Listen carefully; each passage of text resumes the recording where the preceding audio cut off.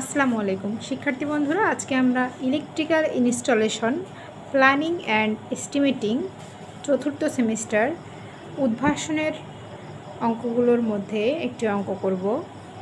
যে অঙ্কটিতে বলা হয়েছে একটি 8 মিটার ইন্টু 12 মিটার সাইজের কক্ষের কার্যকরী তলকে 250 লুমেন মিটার স্কোয়ার মানে আলোকিত করতে হবে।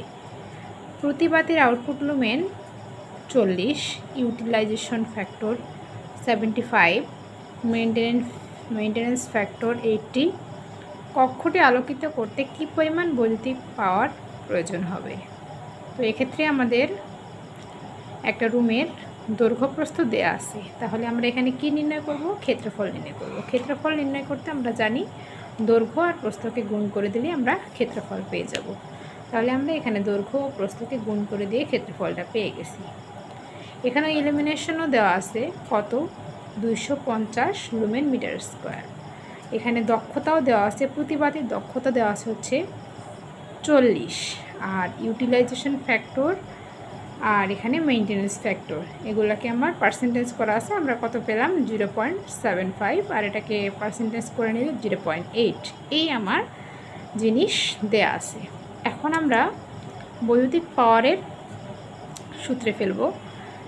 সূত্রে ফেলে দিলে আমাদের কি আসে?